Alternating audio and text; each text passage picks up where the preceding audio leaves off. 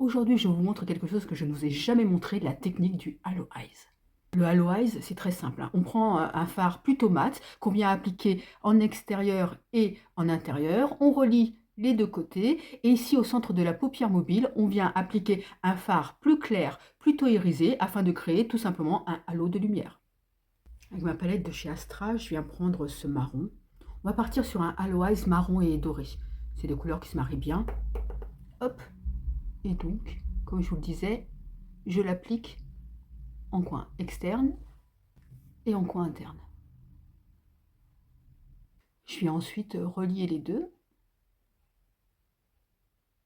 On passe par-dessus le pli naturel de l'œil, hein, surtout quand on a la paupière tombante. Je constate que mon marron est trop clair, hein, parce que le halo, il faut qu'il soit quand même prononcé. Donc pas de souci, je viens reprendre un marron plus foncé. Hop.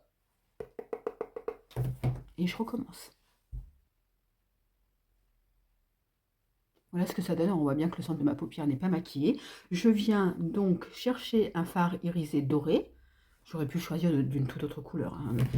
Les couleurs, c'est vous qui choisissez. Et je viens l'appliquer au doigt sur le centre que je n'ai pas du tout maquillé.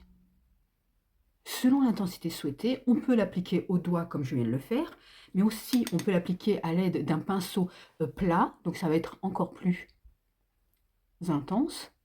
Et si vraiment vous souhaitez une intensité plus, vous venez appliquer un préfixateur sur votre pinceau, donc il va être du coup humide, et la couleur va d'autant mieux tenir. Et hop, l'intensité là est vraiment top. Et au ras de cils inférieur, on va venir reproduire exactement la même chose, c'est-à-dire qu'on va, avec un pinceau fin, appliquer le fard foncé en coin externe et interne, et le fard irisé au centre.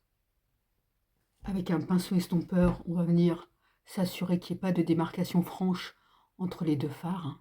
C'est important. Donc il est propre, hein, le pinceau. C'est optionnel, mais moi j'aime bien. Je vais venir intensifier avec un crayon marron la pointe de mes yeux. Du mascara, alors une couche, deux couches, trois couches. Chacun fait ce qu'il veut. Et voilà le rendu final. Alors je m'approche pour que vous puissiez voir de plus près. Alors, je trouve que ce halo, hein, ça apporte vraiment de la lumière au regard et au make-up en général. C'est un make-up un peu plus sophistiqué, un peu plus chargé, mais qui peut très bien être porté pour un maquillage de tous les jours.